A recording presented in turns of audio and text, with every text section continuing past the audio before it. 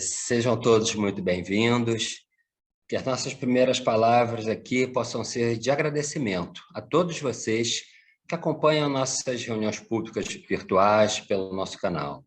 É muito bom podermos estar aqui com cada um de vocês. Nesse momento, então, dando início à nossa reunião de hoje, reuniões essas que elas são reservadas ao estudo de dois livros, tá?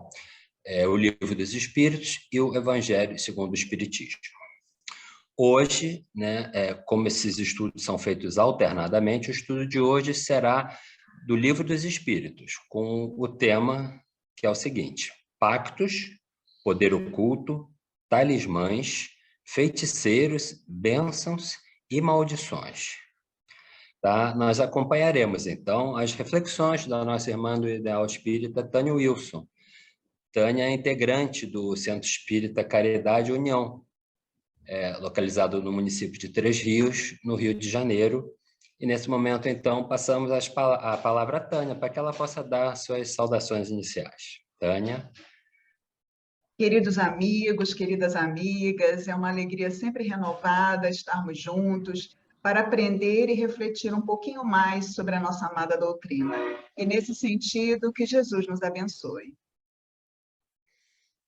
Ótimo, Tânia. Bom, então vamos passar nesse momento a leitura inicial de hoje. O texto de hoje tem por título Caminhos Retos. E ele lhes disse: lançai a rede para a banda direita do barco e achareis. João 21:6. A vida deveria constituir, por todos nós, rigorosa observância dos sagrados interesses de Deus. Frequentemente, porém, a criatura busca sobrepor-se aos desígnios divinos. Estabelece-se, então, o desequilíbrio, porque ninguém enganará a divina lei. E o homem sofre compulsoriamente na tarefa de reparação. Alguns companheiros desesperam-se no bom combate pela perfeição própria e lançam-se num verdadeiro inferno de sombras interiores. Queixam-se do destino, acusam a sabedoria criadora, gesticulam nos abismos da maldade, esquecendo o capricho e a imprevidência que os fizeram cair. Jesus, no entanto, há quase 20 séculos, exclamou: lançai a rede para a banda direita do barco e achareis. Figuradamente, o espírito humano é um pescador dos valores evolutivos na escola regeneradora da Terra. A posição de cada qual é o barco. Em cada novo dia, o homem se levanta com sua rede de interesses. Estaremos lançando a nossa rede para a banda direita? Fundam-se nossos pensamentos e atos sobre a verdadeira justiça? Convém consultar a vida interior em esforço diário, porque o Cristo, nesse ensinamento, recomendava, de modo geral, aos seus discípulos: dedicai vossa atenção aos caminhos retos e achareis o necessário. É um texto de Emmanuel, que consta do livro Caminho, Verdade e Vida, o capítulo 21, psicografia de Francisco Cândido Xavier. Vamos passar nesse momento, então, a fazer a nossa prece inicial, momento em que convido a todos a elevarmos o nosso pensamento ao nosso Mestre, nosso Senhor Jesus Cristo, querido Mestre, amigo de todas as horas. Aqui estamos, Senhor, para lhe agradecer mais uma vez por essa oportunidade de estarmos reunidos em Teu nome, para estudar os Teus ensinamentos à luz da doutrina espírita, Senhor. Que possamos, em nossas reflexões de hoje, buscar sempre, Senhor, os caminhos que nos levam a Ti, nos levam ao Pai. O caminho reto que Emmanuel nos trouxe nesse texto. Que os espíritos amigos possam abençoar a cada um de nós e possam especialmente intuir nossa irmã Tânia Wilson nas suas reflexões de hoje. Que assim seja, graças a Deus. Tânia, com as nossas melhores vibrações, passamos a palavra a você. Muito bem. Gente querida, hoje o tema, como o nosso companheiro falou, trazido à nossa reflexão, são 9 questões do Livro dos Espíritos, da 549 a 557. E eu vou repetir aqui os temas, caso alguém não tenha prestado atenção, porque são muito interessantes. Essas questões falam sobre pactos, poder oculto, feitiçaria e feiticeiros, fórmulas e talismãs, bênçãos e maldições. Eu procurei agrupar essas questões numa ordem diferente, buscando colocar dentro de um mesmo tema aquelas que lançam luz sobre esse tema. E nós vamos começar com pactos. Todos esses que foram ditos aqui, esses assuntos, nós já temos alguma familiaridade, porque, como a gente vai ver, nós crescemos ouvindo ou lendo histórias relativas a essas questões, a esses temas. Em relação a pactos, por exemplo, são bem conhecidas 2 histórias da literatura universal, para quem gosta de ler, ou quem nunca teve oportunidade de ler, mas já deve ter ouvido falar.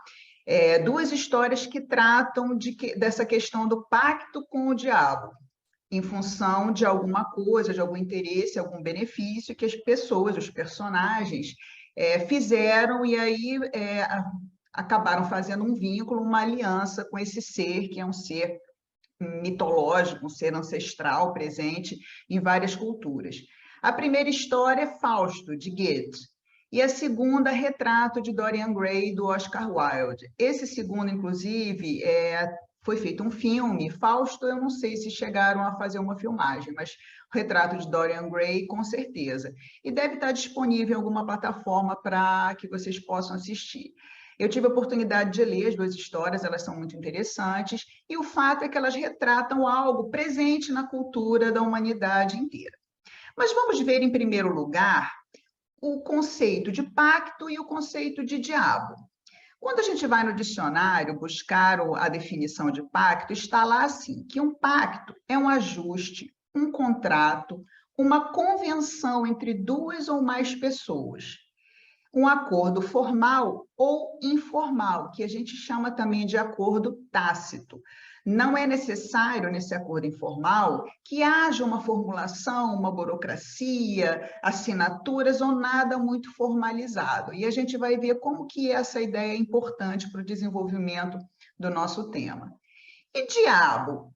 Para algumas culturas, algumas tradições de fé, o diabo é uma personificação de um ente que teria sido criado para o mal por toda a eternidade. Nós, na doutrina espírita, sabemos, pela orientação e pela informação dos espíritos, que tal ser não existe, porque não há ninguém que tenha sido criado destinado a uma maldade eterna. Então, o diabo aqui, nessa expressão pacto com o diabo, como que a gente pode entender à luz da doutrina espírita? Que diabo é um nome dado, assim como qualquer outro sinônimo, aos espíritos ou a essas forças que são dedicadas à prática do mal, que ainda não se deixaram envolver, ainda não despertaram para a importância e para a prática do bem. Então, nesse sentido, qualquer pessoa, qualquer espírito que hoje seja dedicado à prática do mal, um dia, pelo próprio processo evolutivo, que está também dentro do princípio da doutrina espírita, fará a sua conversão para a aceitação da lei de Deus e para a prática do bem. Eu tive a curiosidade de colocar a palavra pacto, só a palavra pacto, no Google, para ver o que aparecia. E aí eu convido vocês a fazerem, que eu achei muito interessante. Quando a gente coloca uma palavrinha, uma expressão no Google, vem as sugestões em ordem de importância. O que quer dizer isso? Quais são as sugestões mais buscadas, mais pesquisadas no Google, que foi a plataforma de busca que eu utilizei. Então, eu achei interessante porque, de cara, quando se coloca pacto, aparece assim: pacto com Deus para ficar milionário, pacto com o diabo para ficar milionário, quero ficar rico a qualquer custo.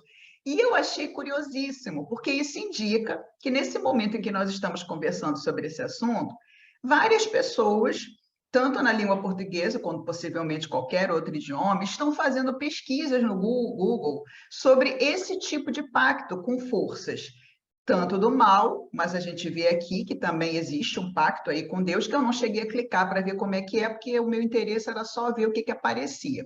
Mas nesse momento há pessoas interessadas em fazer esse pacto, em realizar esse acordo, ou pelo menos em se informar sobre ele. Mas vejamos o que os espíritos respondem a Kardec sobre essa questão do pacto com o diabo ou com Satanás, ou seja, com isso que as pessoas acreditam e que está presente na história da humanidade desde o início da nossa jornada, em forma de histórias, de lendas e de mitos. Os espíritos nos dizem que pacto nada mais é do que a associação de um encarnado que queira fazer o mal com um desencarnado que se afinize com ele.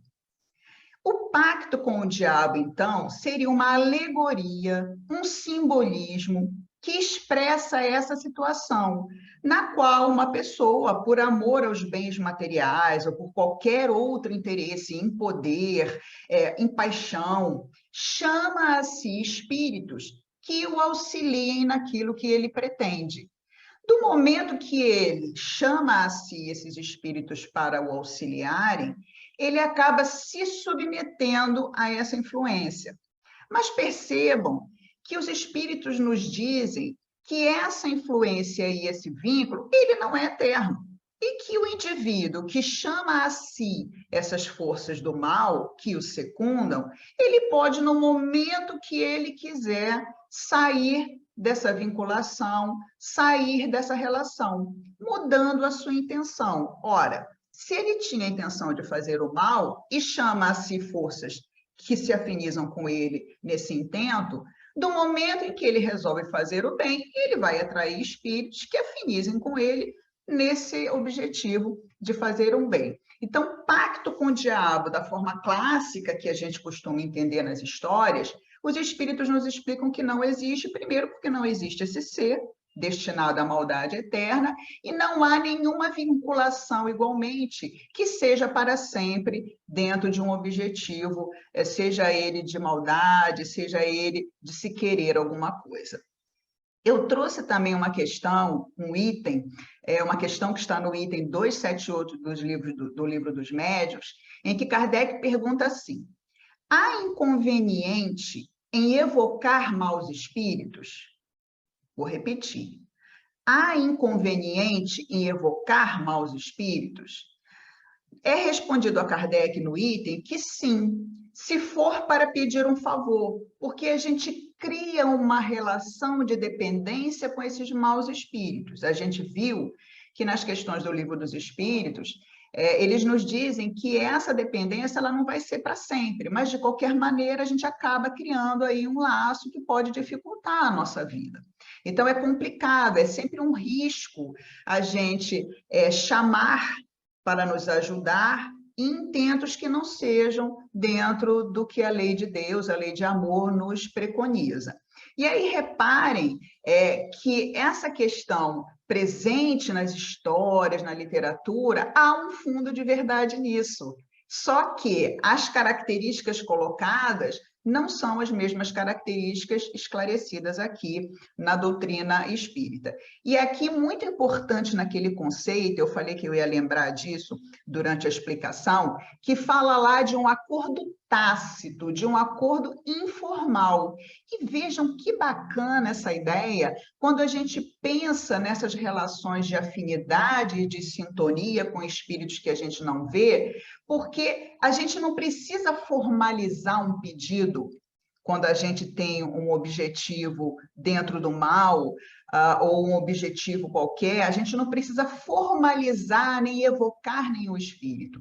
Isso é tácito, e isso acontece naturalmente, porque como nós vivemos imersos em ondas e em fluidos, e há uma afinização natural, do momento que nós pensamos no mal, nós chamamos a nós influências com as quais a gente se sintoniza. Do momento que nós pensamos no bem, vai acontecer a mesma coisa. Então, há que ter muito cuidado aqui com o tipo de desejos, com o tipo de coisas que a gente, na nossa mente, no nosso pensamento, a gente acaba colocando ali com muita intensidade, porque qualquer coisa que seja, nós atrairemos espíritos afins para junto de nós. A Joana de Ângeles tem uma frase que eu gosto bastante num dos livros dela, em que ela fala sobre a questão do pensamento, que ela diz assim: ninguém vive sem pensar. Isso é um fato. Então, se a gente não está pensando no bem, em coisas construtivas, em coisas importantes, naturalmente, ou nós estaremos pensando no mal, ou em futilidades, em coisas que não nos acrescentam. O que é importante, então?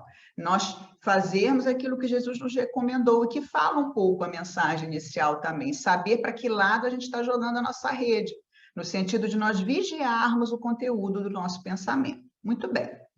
O segundo tema que eu agrupei aqui, que são 3 questões, fala sobre poder oculto, feiticeiros e feitiçaria. Nesse item, nós também temos não só as histórias da nossa infância, lembra as historinhas que a gente ouvia das bruxas? A Branca de Neve, na Bela Adormecida, como também os grandes sucessos da literatura atual, a franquia Harry Potter, o famoso bruxinho, que virou filme, inclusive, que mostra o poder e influência dessas histórias. Além de histórias da ficção, muito antigas, a gente tem também na história mesmo, na ciência histórica, os eventos que aconteceram principalmente na Idade Média de caça e assassinato de mulheres que eram tidas por feiticeiras, por bruxas. E o que os espíritos falam sobre isso, sobre essa questão de poder oculto, feiticeiros e feitiçaria? Que sim, alguém pode realizar coisas muito impressionantes, porque geralmente essas pessoas que recebem a alcunha de feiticeiro ou de bruxo é alguém que tem um poder magnético muito grande, um poder de manipular e de mobilizar essas energias, essas forças, que a gente ainda não entende muito bem como funcionam, mas sabemos que elas existem.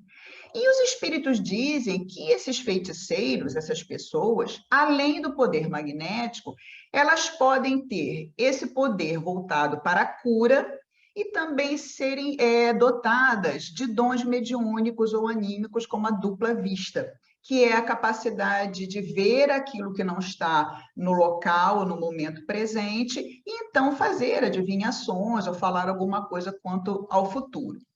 E claro que esse feiticeiro, se ele pode curar, significa que ele pode fazer o bem, tanto quanto ele pode fazer o mal, se ele conta com a ajuda desses espíritos maus, com o objetivo que ele se propõe. Ou seja, existem pessoas que receberam esse nome de feiticeiros e de bruxos, tanto homens quanto mulheres, que têm, de fato, alguma capacidade de produzir fenômenos que impressionam as pessoas, mas que são explicáveis de acordo com a lei dos fluidos, de acordo com aquilo que os espíritos trazem para a gente. Reparem que os espíritos chamam atenção aqui nessas questões para a gente ter muito cuidado com histórias muito extravagantes sobre os poderes de determinadas pessoas, porque é claro que essas histórias visam impressionar e visam também fazer com que essas pessoas tenham algum tipo de ganho material, pois geralmente cobram para fazer algum serviço ou para fazer alguma adivinhação, alguma coisa. Essas pessoas, muitas vezes, não todas, claro, cobram para fazer isso. Então, para a gente tomar cuidado, que muitas dessas histórias nada mais são do que invenções para fazer com que essas pessoas pareçam ter uma capacidade maior do que elas realmente têm. O terceiro item trazido aqui, aliás, antes de entrar no terceiro item, eu destaquei uma dessas questões que fala sobre o poder oculto, que é a 551, que eu acho importante a gente se deter um pouquinho nela. Nessa questão 551, Kardec pergunta assim: pode um homem mau, com o auxílio de um espírito mau, fazer o mal a uma pessoa? Os espíritos respondem uma resposta curtinha e taxativa: não. Deus não o permitiria. E aí vocês podem estar pensando, como eu pensei a primeira vez que eu li essa questão e a resposta, e os trabalhos que geralmente algumas pessoas buscam em tradições de matriz africana, principalmente, mas não só, existem outras, procurando pessoas e encomendando serviços e trabalhos para prejudicar alguém. E que muitas vezes acontece da pessoa adoecer ou fracassar em alguma coisa. Como que isso se dá uma vez que Deus não permite que um homem mau, com auxílio do espírito mau, faça mal a uma pessoa? Então, a gente tem na própria doutrina uma explicação. Sempre que o mal nos atinge, ou nós entramos em sintonia de alguma forma por acreditar nessa possibilidade, ou isso está no quadro das nossas provas e expiações, e a gente teria que, de uma maneira ou outra, passar por isso, para o nosso crescimento, para a nossa aprendizagem. Eu trago aqui um exemplo da minha família. Eu tenho uma pessoa na minha família que sempre, desde muito jovem, acreditou muito em trabalhos feitos e sempre acreditou que pessoas faziam trabalhos para prejudicá-la. Em vários momentos da vida dela, ela de fato adoeceu acreditando nisso, ela perdeu oportunidade no emprego acreditando nisso. Mas repare no que eu estou contando, ela acreditava. E ao acreditar na força do mal, ela acabava se colocando mentalmente numa posição de se afinizar, de fazer sintonia com esse mal que era desejado a ela, que ela, inclusive, tinha muita raiva dessas pessoas que ela achava que faziam isso com o intuito de prejudicá-la. Então, reparem aqui que não há erro nessa resposta dos espíritos. Deus nunca vai permitir que uma pessoa má, com auxílio de um espírito mau, nos faça o mal. Mas quando ele acontece, é hora da gente parar para pensar e, como diz a mensagem inicial, ver para que lado a gente está jogando a nossa rede. Se é para a banda direita, ou seja, como é que está o nosso pensamento, como é que estão as nossas emoções, em que nível de vibração nós estamos nos situando. Se a gente identificar que não, que nós conseguimos manter o nosso pensamento no bem, as nossas palavras, as nossas ações, vamos receber isso como algo que vem para nos ajudar a crescer, seja como prova, seja como expiação. Eu me lembrei de uma história também bem interessante no livro de Manuel Filomeno de Miranda, psicografia de Divaldo Pereira Franco, Loucura e Obsessão. No capítulo 5 desse livro, que é para quem nunca leu, o livro inteiro se passa numa religião de matriz africana, em que Manuel Filomeno de Miranda, junto com o Dr. Bezerra, eles vão, e uma equipe espiritual, eles vão analisar e observar os bastidores do trabalho espiritual que é feito numa instituição dessa de matriz africana. E é bem interessante, eu recomendo a leitura desse livro, que há muitas informações preciosas lá. E nesse capítulo 5, os espíritos observando os trabalhos, numa noite em que os pretos velhos e as pessoas ali estão atendendo quem chega com pedidos, com demandas, pedindo orientação, chega uma mulher muito apaixonada, pedindo, vejam o pedido dessa mulher, se dizia apaixonada perdidamente por um homem casado, e ela estava ali diante do preto velho, querendo que fosse feito um trabalho para que a mulher desse homem morresse e ela pudesse, então, se envolver, casar e ocupar o lugar dessa mulher. Gente, a resposta que o espírito, porque o preto velho, claro, existe uma assistência espiritual, a resposta que esse espírito dá a essa mulher é uma coisa assim inesquecível. Então, ele mostra para ela o erro em que ela estava incorrendo de chegar perto dos poderes espirituais para pedir o mal para outra pessoa. E aí eles observam que essa mulher, inclusive, havia com ela espíritos obsessores que estavam fazendo com que ela ficasse inflamada até fisicamente. E aí eles dão uma assistência a ela, afastam esses espíritos, ela chora muito durante a consulta, mas o fato é que essa entidade, através desse médium, ele consegue convencê-la a não perseverar nessa ideia, mostrando para ela o erro que seria isso na vida dela, espiritualmente ela se comprometeria, e ela consegue, então, sair dali renovada. O quanto que ela depois vai conseguir manter isso, aí é uma outra questão. Então, eu recomendo a leitura desse capítulo 5, que mostra para a gente lá como que isso acontece em termos de pedidos, né, desse poder oculto, desses trabalhos. Muito bem. Terceiro assunto, então, são as fórmulas e os talismãs. Duas questões em que os espíritos vão dizer que não há fórmulas nem talismãs que exerçam influência sobre os espíritos. Aqueles espíritos que ensinam as pessoas a usarem determinadas palavras mágicas ou determinados objetos que teriam poder de atrair isso ou aquilo, zombam da credulidade ou exploram as pessoas que acreditam dessa maneira. Também acrescentam que esses talismãs, eles têm a força na medida da crença daquele que o carrega, daquele que o possui.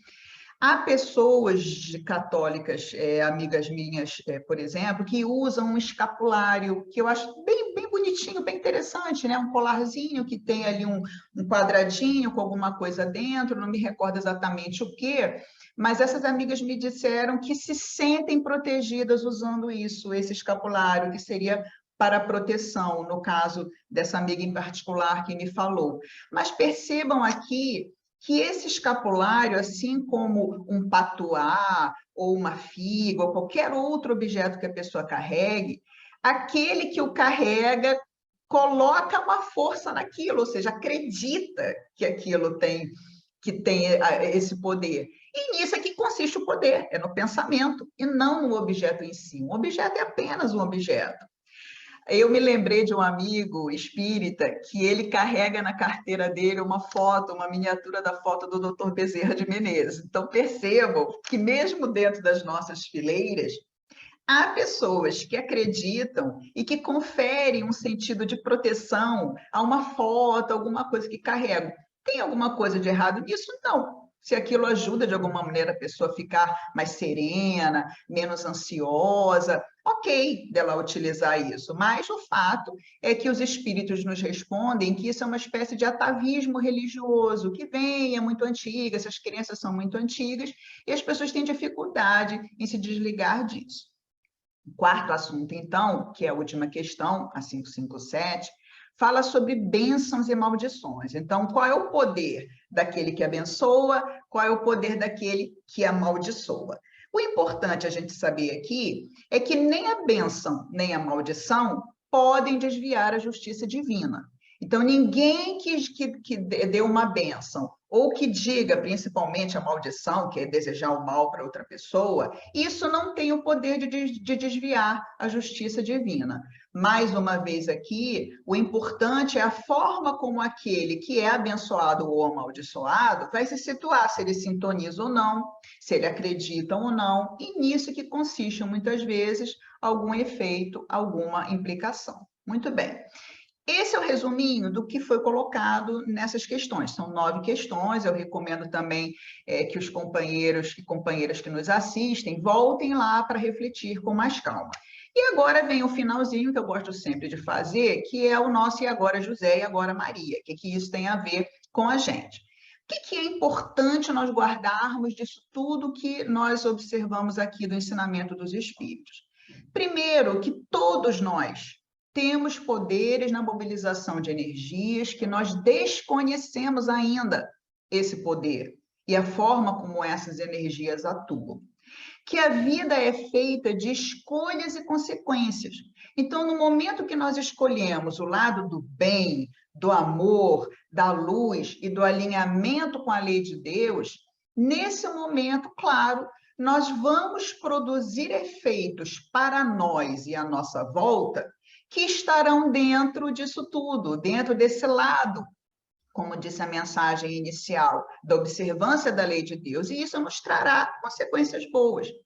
E qual é o preço para nós quando nós nos perdemos em pactos com maldades, maldições e pactos para conseguir ou para obter favores materiais ou emocionais aos quais a gente muitas vezes não tem nem preparo, nem amadurecimento e nem merecimento?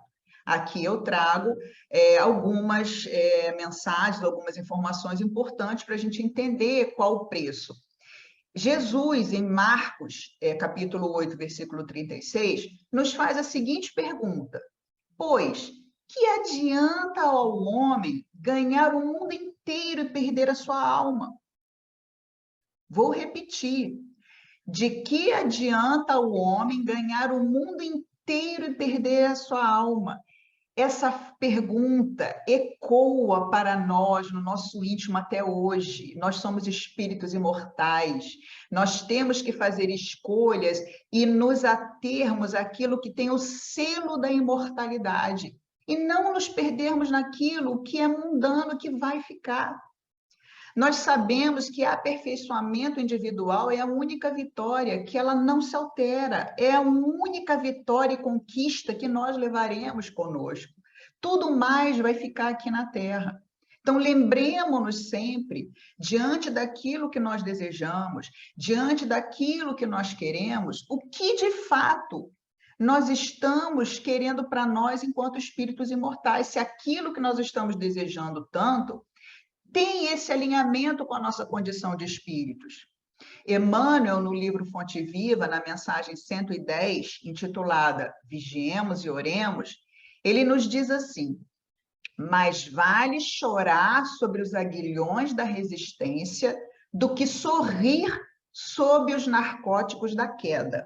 Vou repetir. Mais vale chorar sob os aguilhões da resistência do que sorrir sobre os narcóticos da queda.